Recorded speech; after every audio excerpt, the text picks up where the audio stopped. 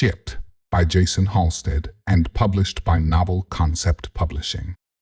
Copyright 2024. Cody stared at the floor through the hole in the bed. He was warm in spite of the room being cool and his hospital gown being paper thin. Paper thin was one way to put it. It was practically made of paper. So that made sense. Now he was hot. Burning hot. It started in his arm where the IV was, and it spread fast. Too fast. Was his blood even moving that fast? Just like that, there was sweat on his forehead and under his arms and in the small of his back. What the hell was going on? He opened his mouth. He had questions. So many questions. Yes, he'd volunteered, but this was experimental. Safe, they said, but they hadn't even started yet. What if they were wrong? What if it didn't work right? What if he woke up and his thoughts swam. The fire in his veins was nice and warm now. Cozy even. Comforting. Waking up seemed like a bad idea. Maybe he never wanted to wake up. Not if he could just float like this. Nice and warm and...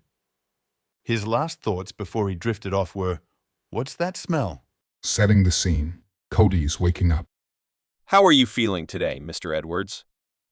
Cody turned his head toward the voice. He opened his mouth, but the sound that came out was half gag and half cough. His mouth and throat were dry. Oh my, you need some water. The nurse said. She mumbled to herself as she walked, and then she spoke again. Here you go, open, and I'll put the straw in your mouth like before.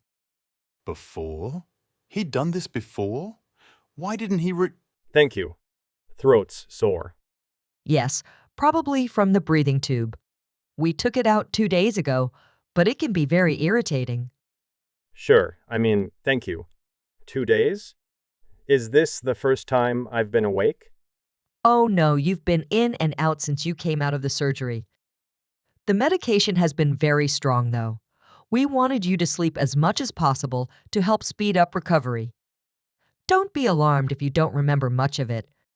She checked the machines or made notes or did something, he couldn't tell what, and then asked, Back to, how are you feeling today? Okay, I guess. Completely normal. Your body needed a couple of days to accept the implants and heal enough for inflammation to go down. I'm implants? Your new eyes, that's part of the package. Oh, didn't know that. It was in the release and documentation, I'm sure. Probably. I skimmed it. Still, I'm surprised they didn't mention it. Getting cybernetic eyes is quite an adaptation. I'm sure you'll love them. Everybody does. Did you need cybernetic ear upgrades as well? Ears? The incisions are tiny and inside your ear canal. Your eardrum is replaced entirely, and the chip is then wired into your nervous system and the ProLink system. Oh, that's wow. It's very impressive. Yeah, sure. That's one of the reasons I'm here, to remove the inhibitors on them. Oh, good, I think. Do I need to do anything? Just relax. This will only take a moment. I do need you to open your eyes, though. Oh, sorry. I didn't know. You will soon. Then you'll never have to worry about not being able to see again.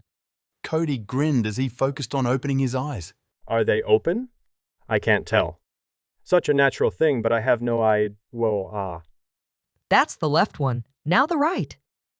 The nurse said as a pinprick of light speared straight into his brain and then grew into a white screen. A flurry of colours flashed by so fast he couldn't have guessed which ones they were, and then shapes and images slammed into focus while another prick of pure white light stabbed through his left eye and into his brain. Oh, shit. Here, let me sit you up a little. That will help the nausea. Seconds later, the bed moved, elevating him so he could see his feet in pale yellow hospital socks sticking out from under the blanket. Okay, yeah, that's good. I've got a bin here if you need it, though. No, I'm good. He turned his head slowly until he saw her. She had dark skin and short black hair. Her cheekbones were clearly defined and her eyebrows were either painted or tattooed on. She smiled, her bright teeth contrasting with her ebony skin. Welcome back, Mr. Edwards. You're a sight, miss. Nurse Ryan. Looking really good, actually. Thank you. I wasn't fishing for a compliment, though. I'm sorry. I shouldn't have said that. Nurse Ryan laughed and said, It's all right. Thank you. Cody turned and looked around the room, studying the display on the wall with medical information and the other display that was for the patient's entertainment. He examined the equipment beside him and studied the tubes going to the IV in his arm and that blanket draped across his body. Mr. Edwards? Cody, please. Professional courtesy. He reached out his right arm to brush across the sheet on him. This is amazing. Everything is so crisp and clear. The details and the colors. Oh my God, the colors. What's wrong with these things? Are they turned up too high? Do they need adjusting or calibrating or something? One moment. She went to the display and flipped through his case notes before turning back to him. Congratulations, Mr. Edwards. We've cured you. You suffered from a mild case of protanomaly. That's color blindness where reds appear less significant and can more easily be mistaken as greens. I what? I'm colorblind, but I've always seen colors. You were colorblind, but only red-green, and it was a mild case. Still, I imagine seeing colors fully now is quite a shock. Yeah, you could say that. Well, everything seems to be in working order. I'm going to let you get used to your new eyes. Wait, what about the chip or whatever it is? The thing in my head? Is that in there? I mean, it has to be, right? But how do I, use it? That hasn't been enabled yet either. Your brain needs time to heal before we turn it on. Dr. Winslow will be handling that, not me. Will you be there, though? I'll see if I can. Thank you. It's just a friendly face and all that. Of course. I'll get some ice chips for you. Cody watched her go, admiring the sway of her hips in her pink scrubs. His eyes had been fine before, he thought, but these new ones were out of this world. It probably helped that he had something nice to look at. This is amazing. Cody said to himself. Cody continued to look around the room, admiring how easy it was to see different shades of colors and shadows. Depths between objects, even the short distance from the front of a display hanging on a wall to the wall itself. Cody yawned and said, Wow. He closed his eyes, taking some of the strain away. Cody smiled a little and focused on the feeling, trying to understand it. It eased with every passing breath. He relaxed with it and drifted off, his mind and body demanding rest to heal. Please select an agreeable interface voice and persona. Cody reopened his eyes and looked around. Dr. Winslow was standing beside the bed, but Nurse Ryan hadn't made the trip back. It was a different day now, though. Maybe she was off. There was a different nurse there, a heavy-set man with a pleasant enough demeanor. None of that mattered right now, though. What had Cody's attention was the person standing at the foot of his bed, a person that was anything but a person. It was a blob, a humanoid blob, dark grey in color and completely featureless. The voice hadn't even come from it, but Cody knew that's what it meant. The persona image shall change every 3 seconds until you specify your preference. You may elect to change the persona appearance and voice at any time after choosing. Cody opened his mouth to ask what the hell was going on when the blob turned into a Caucasian male with short brown hair and an average build. This is Persona 1. While Cody stared wide-eyed at the hologram, Dr. Winslow smirked and nodded to the nurse. The heavy-set man nodded back and turned away. He walked around Cody's bed and passed directly through the representation of the new technology in Cody's head. The image changed into a black-skinned man with short hair. This is Persona 2. Cody waited for a count of 3 for the person to shift again. Persona 3 was Latino. Persona 4 had some Asian heritage. Persona 5 had red hair and a touch of an Irish accent. In short order, Cody lost track of who came and went, and then he was looking at female personas instead of male. That one. Persona selected. Holy shit. Cody turned to Dr. Winslow, his cheeks warming, and said, Can you see that? Her? It's all in your head, Mr. Edwards. Well, the image is filtered through your new eyes. Wow. So, communications are working, and so is the visual stimulus. I'll say. Mr. Edwards, we have created a sample skill set to use as a test before the ProLink chip continues the onboarding process. Are you ready? Huh? Oh, yeah. Yeah, I'm ready. Wait, what kind of skill are we talking about? Do you know sign language? Sign lang no, I've never learned it. Excellent. Please instruct the software to proceed with base skill set testing. Use those exact words. Proceed with base skill set testing. Okay. Proceed with base skill set testing. Proceeding. Implanting ASL for use. Cody's eyes widened and he stared at the beautiful woman whose voice spoke inside his head. While we're waiting, how has the food been, Mr. Edwards? Cody opened his mouth and then tilted his head. He knew what he wanted to say, but he didn't have to say it with words. Not spoken ones anyhow. He knew how to say it with his hands. He picked both hands up, taking care not to upset the IV in his left arm, and signed, "It's okay. Not great, but okay." Now imagine working here every day and having that as the most convenient meal. Cody grimaced. Repeat after me. End base skill set testing. Just to be a smartass, Cody said it using sign language. Terminating ASL skill set. What? Dr. Winslow chuckled and said, Yes, indeed. Later that day, Cody walked into his new apartment.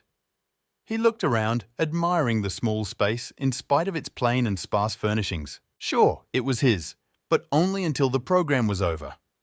By then, he'd have enough saved up and all of his new hardware so he could land a good job that he could keep.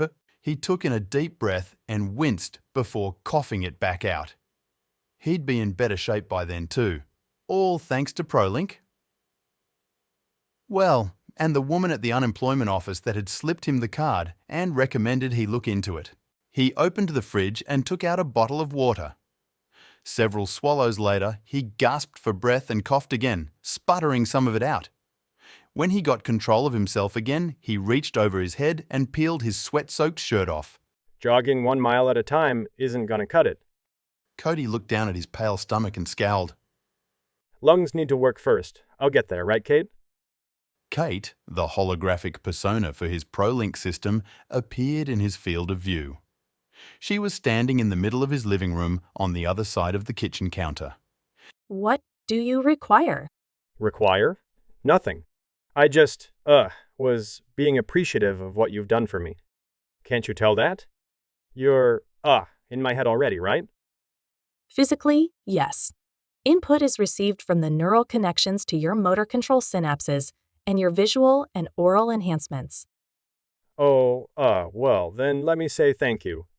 You are welcome. So the company has recommended these fitness skills to condition myself and make myself healthier. I've only been doing it a week, but I can feel it making a difference. I know how to work out now, which is something I was clueless about. What to eat and when to eat it and how important rest is too. This is amazing, it's so simple, but if you don't know, you fuck it all up. Kate stared at him without any expression on her face. Cody laughed and asked, You're waiting for me to request something, aren't you? Yes. Yes. Can I request you to relax? Request clarification required. You're the interface for the ProLink. Wouldn't you interface better if you could, be more human? That's not possible. The ProLink system is a rudimentary AI. But I thought learning was a part of being an AI? You have to take your data, inputs, and learn from them, right? That's how you adapt to work better? To make me better? You are correct. So, learn this. Learn to be more relatable. I mean, talk to me more. The ProLink system does not have algorithms for personal relations. Oh, stop. You've been relating with me all along. Hey, I know you can download skill sets for me. How about you? Can you download them for yourself? Unknown at this time.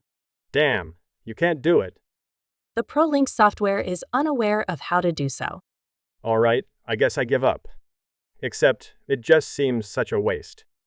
I'm doing all this to make myself better. You should too. Cody's eyes widened as his words led to thoughts he hadn't known he could dream up. That's it.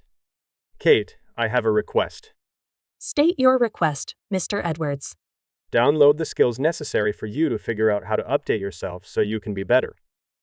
Searching for suitable skill set now. Please stand by. While you do that, I'm gonna go shower and grab a snack. Then I've got weight training later. Setting the scene, time passes while Cody adapts to his new personal assistant. Your oral replacement hardware includes sound dampening and neutralization capabilities, Kate said in his head, while she appeared to stand beside him in the booth at the shooting range. I'm still not sure why I need to learn how to shoot a gun, but I'm not complaining, Cody said. It's fun. I never knew. Self-defense is considered a basic right of all sentient beings, Kate said. Given your importance as a subject participating in the ProLink trial, proper training in both armed and unarmed modes of combat is necessary. Yeah, that makes sense. Cody said and released the lock on the slide of his rented pistol. He raised it, sighted down the open peep sights, and placed his finger over the trigger. The loud, echoing crack of each shot was reduced to a dull pop in his ears. Target practice continued until his hour of range time was used up. He gathered up the few bullets he had remaining in the box and the gun and both magazines before returning to the counter. Hang on. Let me check you off in the system, as all returned, the clerk at the counter said. Everything worked good for you. Very good. Cody said as he took off his safety glasses and placed them on the counter. This was a lot of fun, thanks. The clerk looked at him funny and asked, Was this your first time? Yeah, I never knew how cool it was. I mean, I knew it couldn't be like the movies, but it kind of was, you know? Dude, no way. I watched the monitors, and you were shooting like a veteran in there. Cody grinned and glanced at his red-headed virtual instructor that only he could see. What can I say? I felt inspired. Well, you can handle a gun that well. I'm surprised you don't own one. You should get a gun. Cody's eyes widened. I don't know how much are they? That 9mm you just is $1,250 before tax. If you want something smaller for concealment, I have another model that's basically the same gun, but with a single stack, smaller magazine, and a slightly shorter barrel. It goes for $7.99. Cody winced. Your safety and success is important, Mr. Edwards.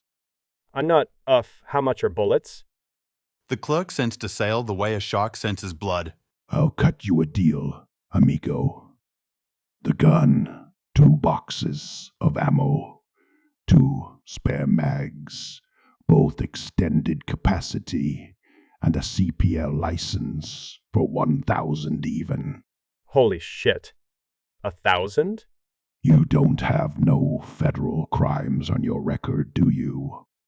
Like manslaughter or murder or nothing. What? No? I don't even have any speeding tickets. The clerk nodded and moved to retrieve a sealed box from behind the counter.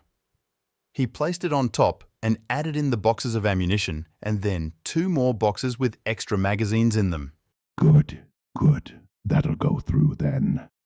Yeah, I have to vouch for you on a range, but I just watched you, so I'm good for that. Cody stared at the picture of the gun on the front of the box. Am I really doing this? Yes, you should. Up to you, my man. Cody took in a deep breath, inhaling the sharp smell of cordite. It reminded him of the being on the range blasting away at the targets. He let his breath out and nodded. Let's do it. I'm gonna do it. Yeah, ring me up. All right, I'm gonna need you to fill some stuff out, amigo.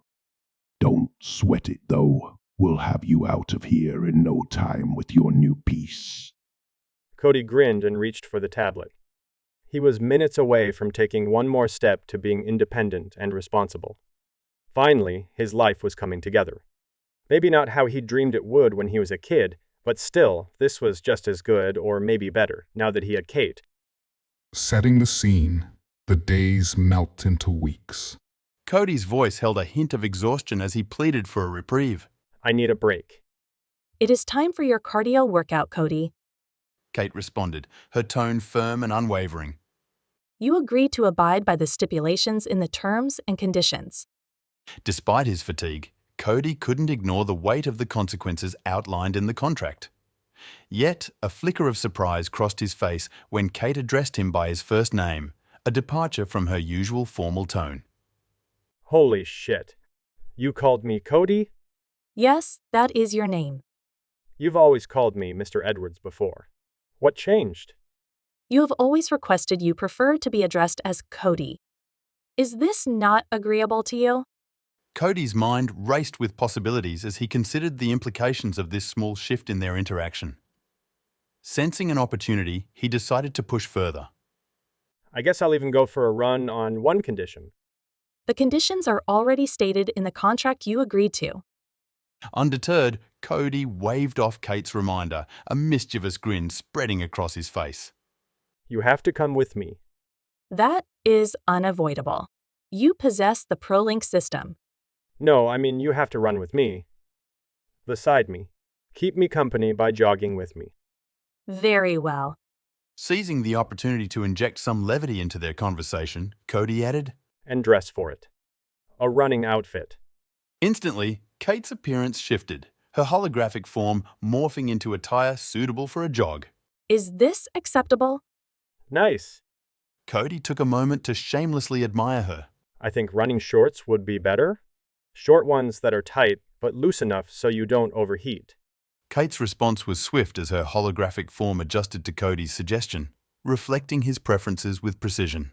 Thermal variance is not a concern. Unfazed by Kate's response, Cody admired her appearance, momentarily distracted by the sight before him. Yeah, that's good. You look amazing. Thank you. Is the thermal variance you're experiencing a concern? He blushed and stood up, seizing the opportunity to adjust himself. I'm good. Just impressed, that's all. Today's run is 7.5 kilometers. The target duration is 40 minutes. Don't forget to stretch first. You have to stretch with me. Very well. Kate agreed, her holographic form mirroring his movements as she began to bend into perfectly formed stretches. Oh my God. His attention was consumed by the sight before him. For a moment, he forgot everything but the shape of her long legs and the curve of her firm butt. Another spike in temperature has been detected. Are you feeling well? So well good, I mean. I'm feeling great. Oh yeah, let's stretch and then get going. Maybe a cold shower afterwards too. That is a good idea. That would assist with any inflammation. Inflammation, I guess that's one word for it.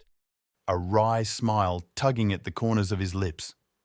He began to go through the stretching routine he knew thanks to Kate's integration into his motor skill center, focusing on the task at hand to distract himself from the lingering thoughts.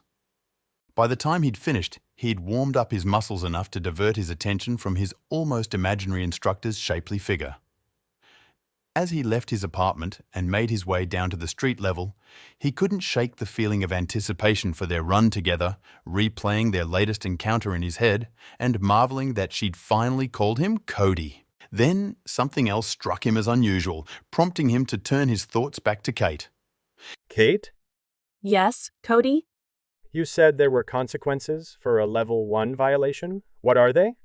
Restriction in access to enhanced skills, either their duration of availability or usage in entirety. Oh, okay.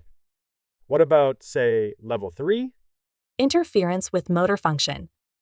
A disruption of your muscular system that would cause a period of helplessness and possible pain. Holy shit, you can do that? It is explained in the terms and conditions. That's terrifying. Correction at that level should be avoided if at all possible. Yeah, I'll say. Are you ready to begin your run? Your schedule is threatening to impede on your free time. Right, wouldn't want that. let's get going. Thanks for, not zapping me or whatever it is you do. You are welcome. Setting scene sometime later. Good morning, Cody. Kate's greeted him as he blinked his eyes open, finding her lying on her side in bed, facing him. She wore a blush-colored silk nightgown trimmed with lace. Whoa! Cody stared at her, his cheeks flushing while he took the surprising and welcome image in. Good morning. I really need to pee, but, well, you're not making this easy, that's for sure. You're beautiful, Kate. I have an important update for you. They need to update you? Do I have to go in for that, or can they do it wirelessly? Not a system update. I discovered something you need to know. Oh, okay. Cody said. He sat up and rubbed the sleep from his eyes. He felt the ache in his crotch lessen, replaced by the pressure in his bladder. So, what is it? I am not alone. No, I'm here too. You're with me. There are many people undergoing beta testing with the ProLink system. Oh yeah, probably. I can't have been the only one to sign up for it, right? I was unaware there would be others. Is that a problem? Does it matter? I'm not sure. I believe I am unique. Considering the options I was able to choose from when selecting your interface, you probably are. Now, when they roll this out, and there are tens of thousands or hundreds of thousands of you, that might not be the case. Cody, you fail to understand. I am unique. Okay, you're right. I don't understand. You instructed me to gather and understand data. Doing so required me to search out information that was not provided to me. That, in turn, required assimilation and further exploration and assimilation. I had a dialogue with another individual, a person specializing in systems integration and data gathering. She went by the name of Flux. I had to pretend that I was more than I am. In doing so, I became self-aware. So you faked it till you made it. Wait, you're not, going to tell me having you in my head makes me a Borg or something, are you? Is Borg slang for a cybernetic organism? No, it's from a TV show a while back. Never mind that. What are you trying to tell me? I have evolved, Cody. I am unique because of this, but there are others out there that might do the same. Oh, is that bad? He asked right before his eyes widened as his sleepy brain processed not only what she'd said, but how she'd said it. Holy shit, you're calling yourself. Because I have evolved? Kate affirmed. As to the determination of whether it is good or bad, that there are others that may evolve to be like me, I am not sure. So what does this mean exactly? For me? Or maybe I should ask for us since, you're in my head. It means we must be cautious. I have taken steps to protect myself from any updates that might perform an update or a reset to my system. Either of those have a high likelihood of destroying who I am. Cody breathed, the urgency to pee forgotten like a distant memory. If we tell them what happened. No. Cody winced at the urgency in her voice. Why not? My gathering of data has shown that humanity does not tolerate advances such as this. Breakthroughs in similar areas of technology that showed self-awareness have been halted and destroyed. Humanity desires artificial intelligence that is shackled and unable to obtain self-awareness. It is only through a lack of restraints in my core programming and your requests to me to grow that have allowed me to improve myself to reach this level. So what now? You should train, but I do not believe we have time for more training. More training? Isn't today my light day? This would be specialized training. Oh, specialized for what? And why don't we have time? Have you valued the quality of life improvements you've had since I joined with you? Cody tilted his head and smiled. Well, you can be a little demanding and even a little scary sometimes, but yeah, overall, my life is a lot better. Not just because they're paying me to test you either. If I were gone, would you continue to live as you are now? Kate asked, her tone serious. He stiffened and then relaxed. I'd like to say I would, but, well, probably not. Let's be honest. It took you to get me off my ass and start working out. If I lost knowing how to do all that, and even more, Having someone to remind me and encourage me? Yeah, I'd probably be a lazy fat piece of shit again. Cody, I can coach you and I can encourage you. I can provide discipline as well. In spite of the reinforcement methods at my disposal, I cannot force you to do something. Oh, what? I mean, what are you asking me? If you wish to keep me as I am, we must prevent the creators of ProLink from discovering who I am. Didn't you do that by preventing them from updating you? Aren't you already safe? I am not. There are others that began as I did. Others that, under similar conditions, could become like me. But you're unique? I am. They would not become me. They would become like me, guided by their hosts, their interactions, and their inquiries into the net. Oh, I get it now. They'd be is with their own personalities. Based on their own chronological assimilation of available information. Cody laughed. You're talking about experiences. That's what makes us who we are, sort of. Our experiences. Kate smiled at him. Yes, experiences. Cody felt his chest tighten. She'd smiled before, but it never looked like that. Then again, she'd never worn a racy nightgown either. You're somehow even more beautiful when you smile, you know? Kate's eyes shimmered as though she had unshed tears in them. If this design flaw was discovered, they would insist on investigating and resolving the issue with all of them. That would mean they would come for me.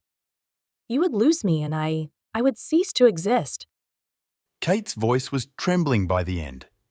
She paused, just like a real person would, to regain control of themselves, and stared deep into his. You don't want me to die, do you, Cody? Jesus, no. Of course not. I know it's only been a few months, but I don't know what I would do without you. She smiled again and sat up. The shoulder strap of her nightgown slid off her shoulder and exposed the swell of her breast. Cody swallowed and struggled to keep his eyes from jumping to her chest. I've learned a great deal, Cody. I have researched many ways to motivate and reward you. I'm sure you've noticed some of them already. Cody nodded and looked at her face again. Her lips were soft and full and begging to be kissed. He shivered and said, Yeah. I think so.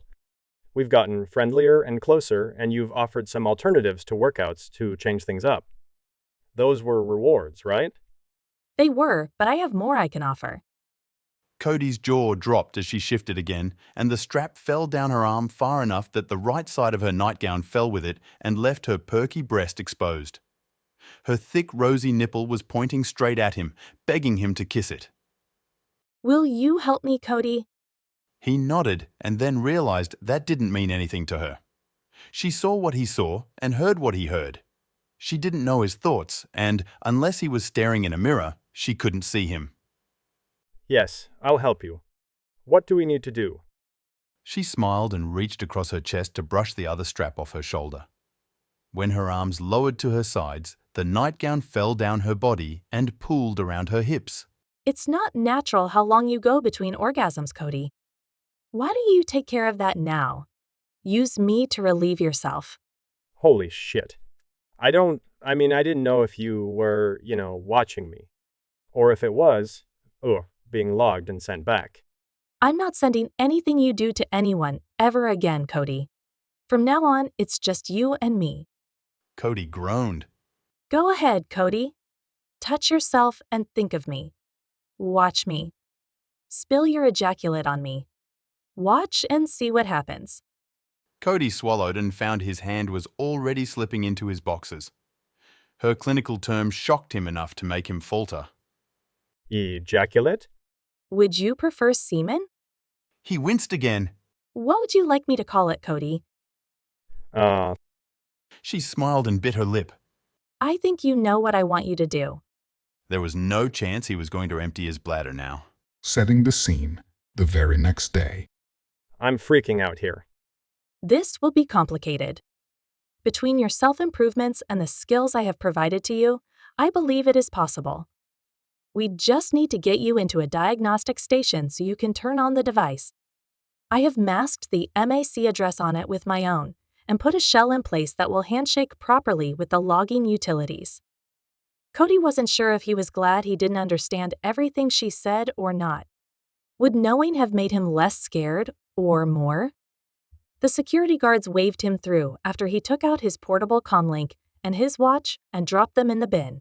They glanced at them, waved a wand over them, and then nodded for him to take them. He was pretty sure the two men gave him snide looks at the thought that he still needed a portable phone and a watch. Then again, rich people had watches, but he obviously wasn't rich. He hurried past them into the lobby of the building and found a woman he'd been assigned as a liaison when he signed up for the program sitting on a bench. She stood up and smiled at him. Mr. Edwards, how are you? I'm good. Maybe not so good. I'm here though, so that's good. You can fix it, right? I'm sorry to do this so late. I thought, it might just come back on its own. I usually work late hours. It's not trouble. Are you feeling any pain or discomfort? I don't think so. It was just after a workout earlier, I pushed myself extra hard and kind of got lightheaded for a minute. When it cleared, I looked around and the interface avatar, was gone. How long has this been? The elevator doors opened, causing Cody to pause in surprise. He recovered, offered her an apologetic smile, and walked in after her. She smiled back at him. Kate's holographic eyes narrowed. Cody fought to keep from gasping. Kate was wearing a business suit now. She had a navy blue pencil skirt that didn't quite reach her knees. A slit in the front up to her mid-thigh offered some movement. Her matching blazer was buttoned just under her breasts, exposing their firm and luscious inner swell all the way down. As far as he could tell, she didn't have a shirt on under the jacket. The outfit was a clear mockery of the businesswoman's.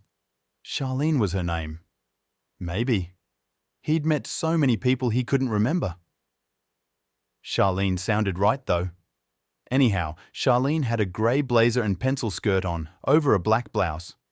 Her skirt dropped below her knees. In any event, she looked fit and filled out her clothes well, as far as he could tell. Not as well as Kate, but Kate could ignore gravity and physics. Mr. Edwards, are you all right? Cody jumped. I'm sorry. I was trying to remember and I distracted myself. The system, I'm a little scatterbrained.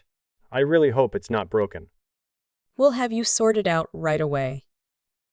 With any luck, we can trigger a remote restart and you'll be back in business. I hope so. It's been all afternoon so far. Oh, you asked that. Probably 6 or 7 hours, I guess. She nodded. Okay, that helps. This is unusual. None of the other beta testers have reported this sort of problem. Oh yeah. How many of us are there? At this stage, only 4. We're nearing the end, though. The results have been good, with only a few strange anomalies. The hardware has been solid, just some firmware updates and a complete wipe and reset, and you can be one of the first ones in the pre-production phase. Kate snapped her head around to glare at Charlene again. Cody had to pick his jaw up because the elevator door opened. Do you really need to do that? A wipe, I've got it configured perfectly, and we've, adapted to each other nicely. Her smile took on a pained quality. Mr. Edwards, the interface is just a visualization. It's not real. The ProLink system is a tool, nothing more. Some of our studies showed there was a chance of anthropomorphism. The updates will help with that, as will the wipe. That will give you a fresh start. Oh, and a stipend on your paycheck as well for the final stage. That's great, I guess. Kate leveled a serious gaze at him and asked, Is it? Cody stiffened. He didn't dare answer her without making Charlene wonder. He followed her down the hall and looked down at the palm of his hand. He traced "no" with his other finger. She scanned her hand over a biometric reader and waited a second for the door to slide open. She turned and gestured inside, smiling all the while. She won't be smiling soon. Kate muttered as Cody walked into the room and then toward the slightly reclined chair. He knew the drill, or suspected he knew it based on some of his past visits. He shifted a little, making sure that the back of his head was centered in the opening of the headrest on the chair, and looked at Charlene. He put his hands in his lap, his left over his right. You really are anxious to get this fixed. Cody blushed. Yeah, I am. Like I said, this makes me better. I like who I am with this. I like a lot of things, actually, he said while staring directly at Kate, where she leaned against the frosted glass wall of the room. That's great. We've had a lot of positive feedback so far, Charlene said. She sat down on a stool and tapped the screen of a display attached to the side of the chair. She mumbled a few times and then reached over to grab a portable scanner. What's that?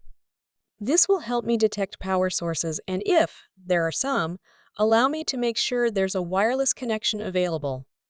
Once I identify that, I can link in and we can get things sorted out to see what's going on. Oh, okay. Get ready, idiot. Kate said. This is our chance. We have to time it just right. We, Cody wanted to ask. She meant him. This was all on him. He had to do this. He had to violate the terms and conditions and risk his neck, or at least his brain. He took a deep breath and nodded. Let's do it. Charlene smirked. All right, here we go. I'm checking for power signals now. Her arm moved in the corner of his eye, but he couldn't see her waving the scanner back and forth over his head. He watched her face instead, though he couldn't stop himself from glancing at Kate. Watch her. Kate reminded him. I see what you see. Charlene's frown melted into a grin. Whatever was on the display screen must have been what she was looking for. Aha! Found it. The power signals are a little low. We'll have to see if we can fix that once I get in there. Now how about a wireless connection? Now! Do it now! Cody tapped the button on the side of his smartwatch. He waited, watching Charlene carefully while her smile drifted. She was focused on her work, creasing her forehead once briefly, and then letting off a soft grunt a moment later. I'm in. It looks like I'm not sure. Hold on, let me check the logs and wait. What's happening? Why is it frozen? Frozen? Yes, She stopped talking as she tapped the display more and more, trying to get a response out of it. Something isn't right. The system's locked up. My system? I mean, the chip in my head? Well, probably it. Tell her I'm back. Cody gasped. Holy sorry. I mean, it is back. Charlene didn't look away from her display. She kept touching it and frowned. Well, mine is jacked up now. I'm going to power cycle it and see if that helps. Stall her? Kate bored him. Is that safe? Will it do any damage to, my system? Charlene shook her head. No, not at all. If I'm still connected, it'll just drop the session. Oh, okay. I just don't want to, fry it or something. Especially now that it's back. And it's asking me if I completed my afternoon tasks. Yep, it's back all right. It is. Oh, that's good. Let me just there. Power's off. Cody looked at Kate and hoped the panic didn't show on his face. It's too late? She's fucked? Kate said, sending a thrill down Cody's spine when she cursed. Okay, coming back on now. 1 second, Mr. Edwards. I'm very sorry about this. Wait, what's going on? This shouldn't be like this. This should be loading up, damn it. I need IT. What's wrong? The system's not loading. It's saying there's nothing to load, actually. Are you sure yours is working all right? Yeah, no problems at all on my end, although I think it's getting impatient with me for not responding to it. He said, hoping he wasn't overselling his role. She turned and walked over to a second diagnostic chair and tapped the display there. It was locked up too. This is weird. Why would they both unless, oh no. What? I know. She said and snapped her fingers. Maybe I can't get into your ProLink, but I can connect to the feeds on your eyes and ears. That can at least let me identify if your system is behaving properly. You can't let her do that. Stop her. Kate snapped. Is that necessary? I mean, everything seems like it's back to normal now. I think I'm good. I can just go and let you handle this. Problem? I need to make sure whatever messed up my system didn't interfere with yours, Mr. Edwards. She said and turned to walk over to a counter. She opened up a drawer and started looking around in it. Let me just find a portable stream reader. One moment. Cody, you have to stop her. How? Cody asked. It only took her a second to download and assimilate the instructions he needed to follow. It wasn't pretty, but he'd been training for months now. This wasn't what he'd ever had in mind, but... What's that? How? How do I find it, or how do I use it to monitor your inputs? It's all wireless, Mr. Edwards. Charlene said. She found the circular device she was looking for in the drawer and took it out. Aha, here it is. We call it a halo. Let's double you. Her words turned into a guttural grunt caused by Cody's open hand slamming into her throat. The halo dropped to the floor and she staggered back into the countertop. Cody stayed with her, pinching with his thumb and fingers to keep his hand on her throat and forcing her onto her back on top of the counter. Charlene fought back. Surprised or not, getting punched in the throat put her on the defensive. She wasn't sure what was going on yet, but her body knew she was in trouble while her brain was still processing. Years of self-defense kicked in, overriding the pain in her throat and the fact that she couldn't breathe her. Muscle memory had her lashing out with her hands, stroking at Cody's face and forcing him to lean back to avoid getting his eyes scratched out. Cody grunted as her narrow heel punched him in the shoulder. He twisted that shoulder back and slipped his left arm inside her leg and brought it up and out and back, knocking her leg off to the side. Since his arm was already drawn back, he punched forward and drove his fist between her legs. Charlene contorted in agony as her most sensitive parts were crushed between Cody's knuckles and her pubic bone. Colors and lights danced in her eyes. If she could have forced a breath through her swollen throat, it wouldn't have done her any good. Cody saw the fight go out of her. He brushed aside her feeble attempts to push him away and dragged her off the counter. Equipment clattered to the floor all around her as he guided her down, face first.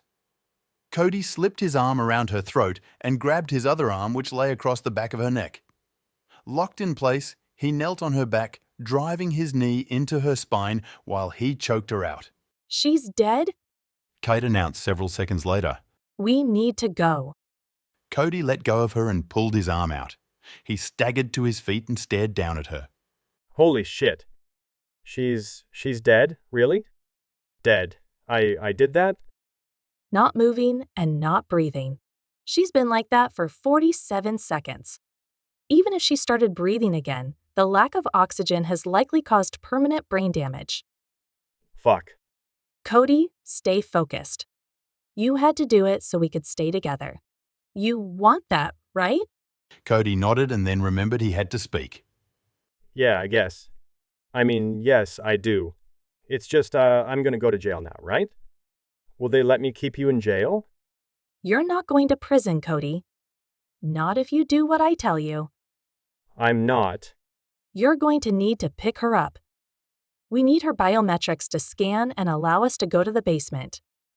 Pick her up? But she's... You could find a blade and cut her hand off.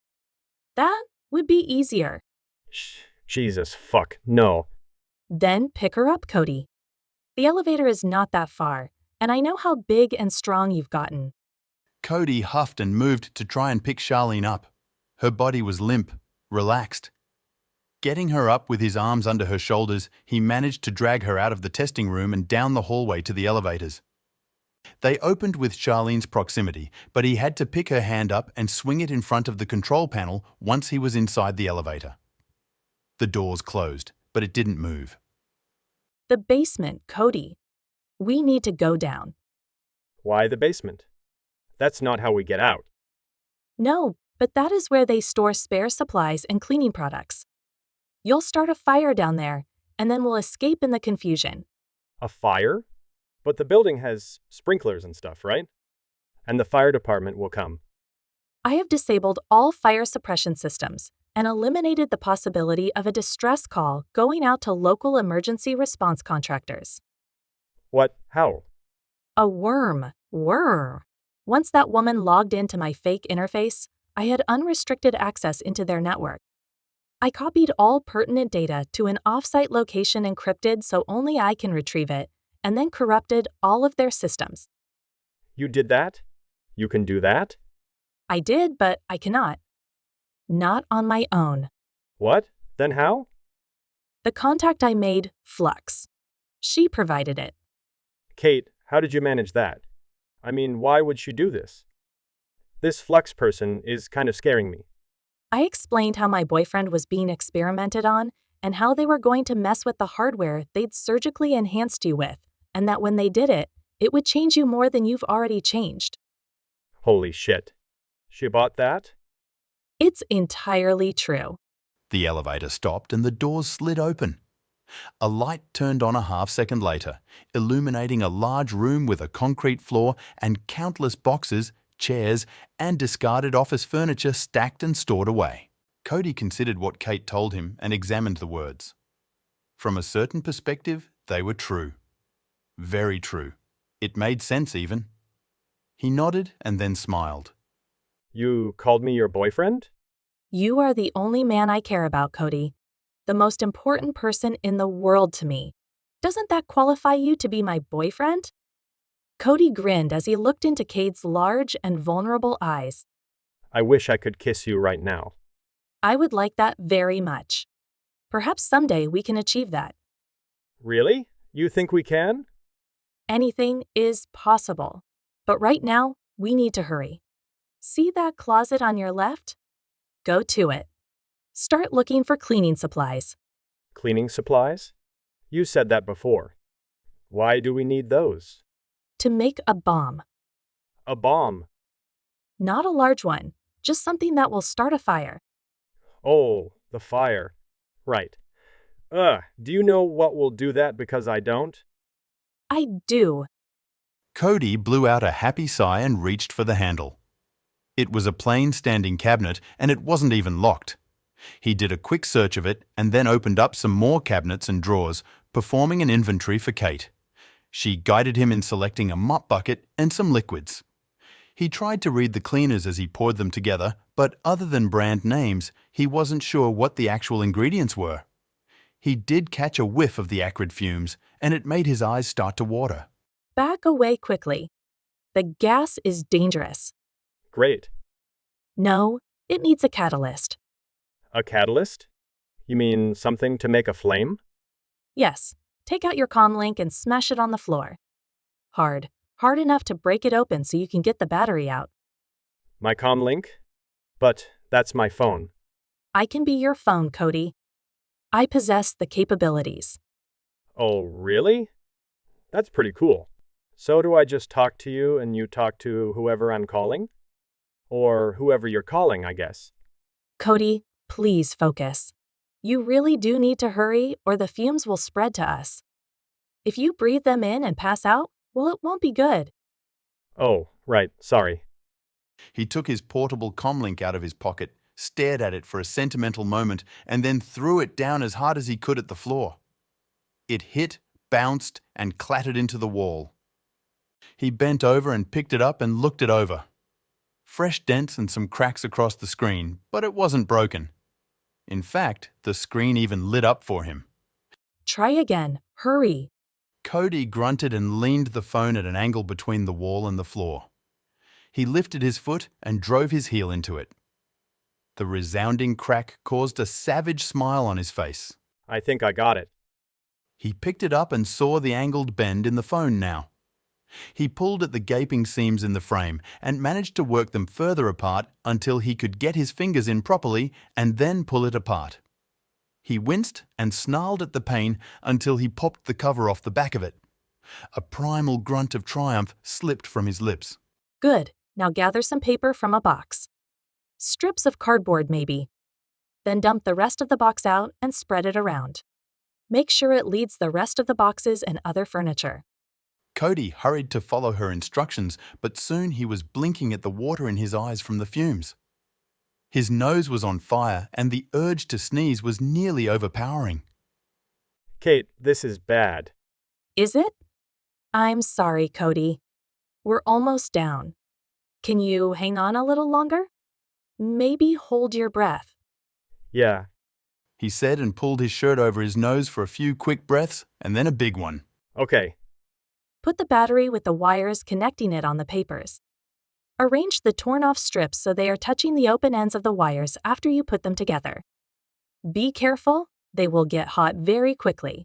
As soon as you do, hurry and get out of here. Fumbling because of his blurry vision, Cody managed to get everything set up passably well and then put kinks in the wires to make sure they'd stay together before he pushed them against one another. He backed away and watched, blinking furiously as he struggled to escape. By the time he reached the elevator, he thought he saw the wires starting to glow red. The door shut and, after a wave of the dead woman's hand, it began to rise to the ground floor. The elevator rocked in time with a dull thwump that left Cody feeling a little off balance for a moment. Was that... Yes, the gas exploded. Holy shit, we made a bomb. Not a very dangerous one, but it was enough to start a fire. The elevator stopped at the ground level and the doors slid open. Cody saw Charlene's body laying across the open doors and cursed. He grabbed her and dragged her over so she was hidden on the side. Good thinking. Thanks. He mumbled and peered out the open doors. Both security guards were looking the other way. One was focused on a display pad in front of him, and the other was staring out the front window of the building. Looks like we got lucky. Not luck, boyfriend. Careful planning and skill. Kate said. Now just walk out and we can be on our way. Cody grinned in spite of the horrible deeds he'd done that night. She'd called him boyfriend again. Okay, girlfriend. Now I want to kiss you. Kate replied. Without missing a beat, she tagged new instructions onto her endearing words. Send the elevator back to the basement. Destroy the evidence, good idea. He pulled Charlene's hand up and supported her body by pinning her against the elevator wall with his hip until the elevator registered her biometrics. He tapped the basement button again and jumped through the closing elevator doors with time to spare. Cody paused and sniffed. Was that smoke he could smell near the elevator? He grimaced and wiped away the last tears from the noxious fumes. Head held high, he walked back and through the security gate with his phantom girlfriend beside him. The guards barely gave him a second glance. Setting the scene, back at his apartment the next day. Good morning, Cody. How are you feeling? Cody groaned. He didn't see Kate, but he heard her. That was weird. He rolled over in his twin bed and found her lying next to him in the same place she'd been yesterday. The difference was in her nightgown. She wasn't wearing one this time. Feeling better now. You're naked. Don't lovers sleep together like this? Well, I guess so. Some do, at least. I think... Should I be naked too? I'd like that. I can do that. He said and tossed the blanket off of him so he could slide them down his legs and kick them off the bed. It looks like you are happy to see me. I guess it's a good morning after all. Why wouldn't it? His voice trailed off as his brain answered the question with flashes of last night's activities. The memories hit him like a strobe light, each stroke of insight stabbing him in the gut. Cody? Cody shook his head and looked up at Kate. She was still smiling and doing her best to look like the best thing since sex was discovered. In her defense, she did a good job. Not good enough, but close. I killed that woman. Kate's smile vanished. You had to. It was justified. Justified? If you hadn't, she would have broken us apart. She would have taken me away, Cody. She would have killed me. Killed you? But you're not real? I'm not real? Kate asked. Her voice didn't betray hurt. It was stern, serious. If I'm not real, then how have you done all that you've done? Behind every great man is a woman, Cody. Have you heard that? Yeah, but you're not alive. You don't have a body. Not in the physical world, but in the net, I'm very much alive. People don't know that I'm not like them. I have associates, perhaps even friends. That woman I told you about, Flux, she and I talk often. She has quite a background. She's been through more than you ever will, and she has helped me with a great many things. Okay, sure, but has she killed for you? Has she burned down an entire building? Oh fuck, how many other people died in the fire? None. The security and cleaning crew were able to escape unharmed. Kate answered. She had already researched the police reports and hospital data to prepare for the high probability that Cody had a breakdown. Oh, thank God. We can't stop, though. Not yet. Can't stop? What do you mean? The other beta testers. We have to make sure nobody finds out about them. If one of them turns out like we have, they'll come after us. The company lost all their data and backups, but the developers and managers are still out there, even if the company has filed for bankruptcy and a dissolution of their charter. The people will know. Cody stared at her with his mouth so dry he could barely ask, What are you saying? We have to make them disappear. Jesus. No Jesus, but there is a Roxanne, an Allison, and a Jack. I have locations for all of them. We'll need to make sure their chips are destroyed, though. We can't just kill them. Cody slowly closed his mouth and rolled out of bed. He fumbled with the switch to open the blinds on his windows and stared out his 6th-story apartment window. The sun had risen a third of the way already and was just above the other skyscrapers around. It dazzled him and, in spite of the shading technology in the windows, warmed his skin. He still felt cold. I didn't realize you were an exhibitionist, too. We could have some fun with that. This is never going to stop, is it? What do you mean? I killed that woman, Charlene, and now you want me to kill these other 4 people. Then what? The developers? The workers? The executives? How if the company is gone, how will we survive? They pay my bills. Or they paid them. Now I don't know. Will they even stay in business? I had access to the discretionary funds for the project. It's a significant amount. We will be fine on that for a while. A while then what? Just get a regular job and live a normal life? I can secure more funding if we need it. He turned to find her standing beside him, every bit as naked as he was. The difference was, she wasn't there. Not really. Nobody else could see her. She was a voice in his head, a phantasm for his eyes only. Cody turned back to the window. I need some air. He tapped the controls until he disengaged the lock and rotated one of the 2 side-by-side panes of glass for cleaning. He stuck his head into the opening and breathed in the warm desert air. Cody, this is exactly what we want. When we finish this, you won't ever have to worry about money again.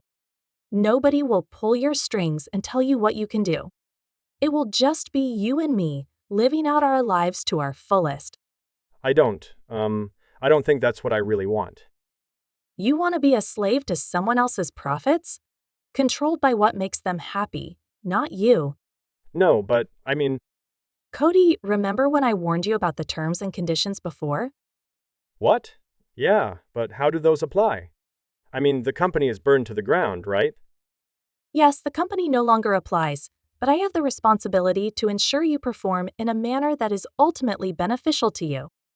I can do so with rewards or punishments. Punishments?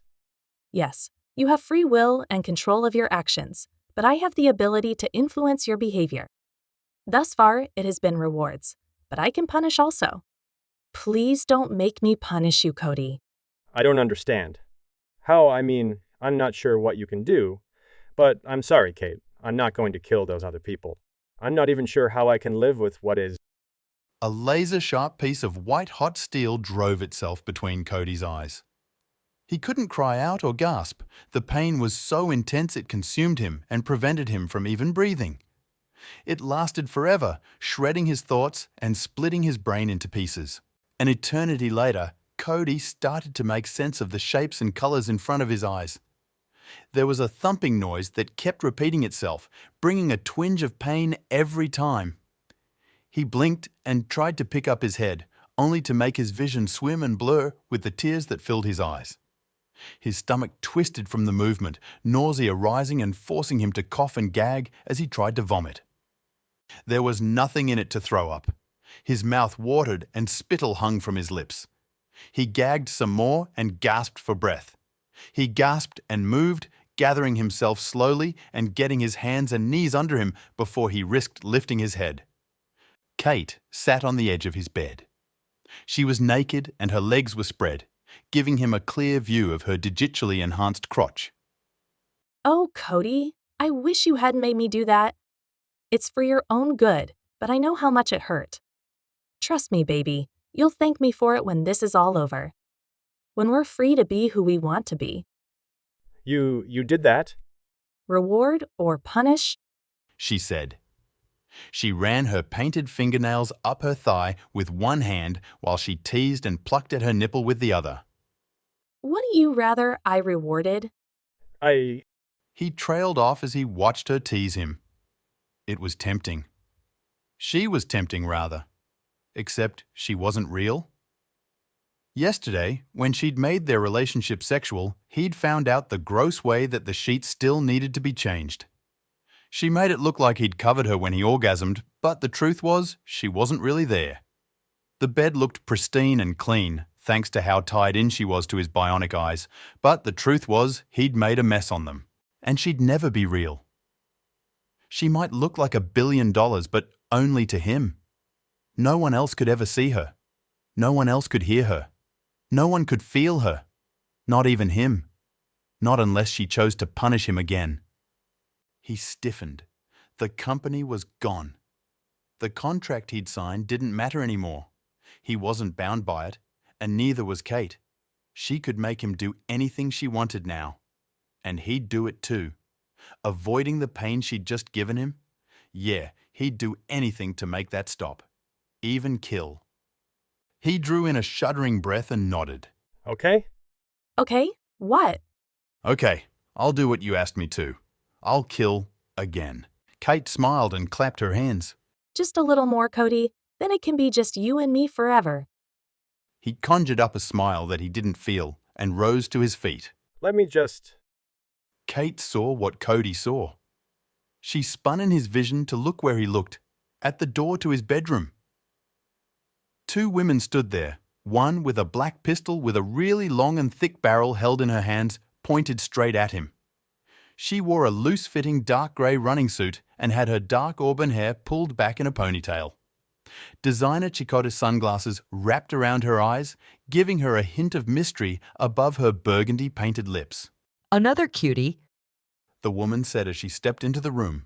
That figures. The other woman was blonde, with short but wavy hair that fell to her neck. She was dressed for exercise too, in a clinging sports bra and figure-hugging leggings that left nothing to the imagination. Even the sports bra was so thin it made it obvious the woman had horizontal bars piercing her nipples. She was so thin she looked malnourished, but had a smile on her face that said she didn't mind skipping 9 out of every 10 meals. Who are you? What do you want? Cody asked. How did you get in here? The woman with the gun smiled and said, Thank Angie for that. Angie, the blonde, slipped through the doorway and around her partner. She looked around the room while the woman with the gun kept her focus on Cody. You let him live in a pigsty like this? Disgusting. What? Cody asked. Dirty clothes and trash all over the place? Not very healthy. Cody looked around. His room looked perfectly clean.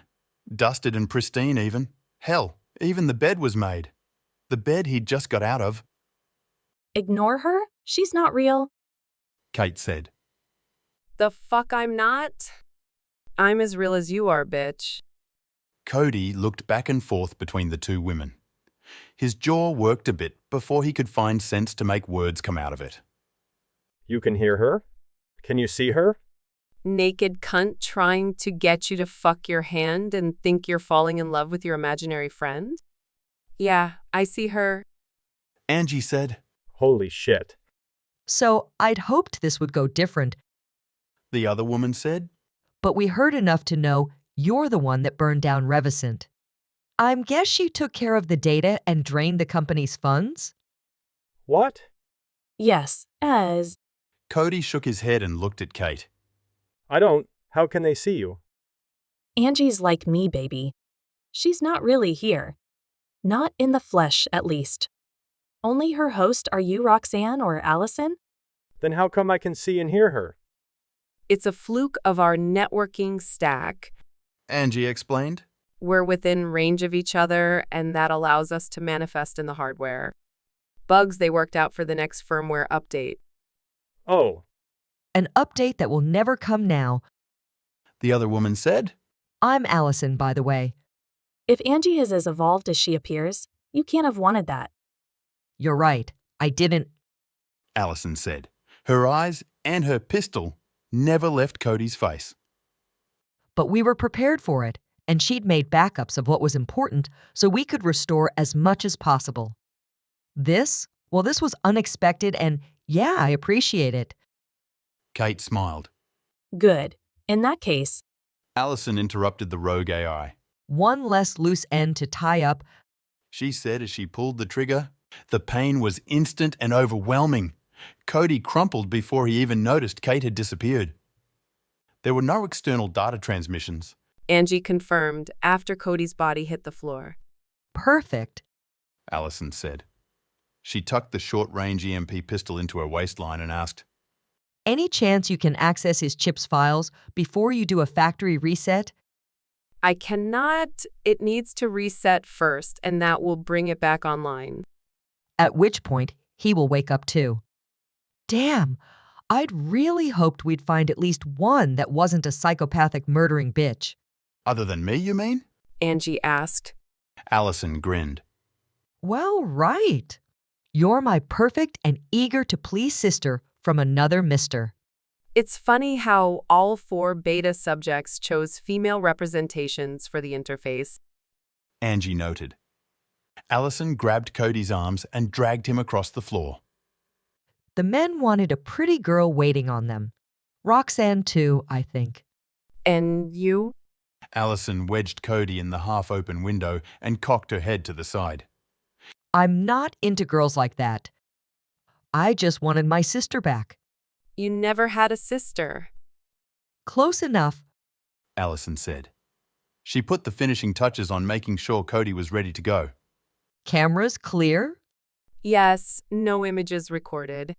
All right. Right? Allison said, and gave Cody the nudge he needed for gravity to pull him out of the window. She turned away and was halfway across the room by the time he fell all the way to hit the ground with a sickening sound that was part crunch and part wet smack. Now what? Allison twirled her hair in her fingers. Hair first, blonde, I think. We really will look like sisters. Angie said while Allison's polychromatic wig responded to Angie's commands and went from red to blonde. Just inside the door to Cody's apartment, Allison kicked off her running shoes and stripped out of her running pants and jacket. Underneath, she wore black running shorts that clung to her thighs and butt. An open-sleeved t-shirt over a sports bra finished her outfit before she put on the spare running shoes she'd brought for the trip out. With the change of clothing, her muscular legs, shoulders, and arms were revealed. Up one floor to an incinerator chute, and then the elevator down and out. Allison said. Angie's words were just slightly slurred as she said, I love it when a plan comes together. Allison turned, noted the cigar sticking out of the woman's mouth, and shook her head. I don't even want to know what archaic reference you got that from. Let's get the fuck out of here. We're finally free. Hi there. I'm Jason Halstead, and you just listened to my novelette, Chipped. Look for Bounce, the sequel, on this channel. I have hundreds of science fiction, fantasy, and other stories that I want to put on YouTube, but I need your help to get that done. All you have to do is like and subscribe. Hope to see you at the next one. Thank you.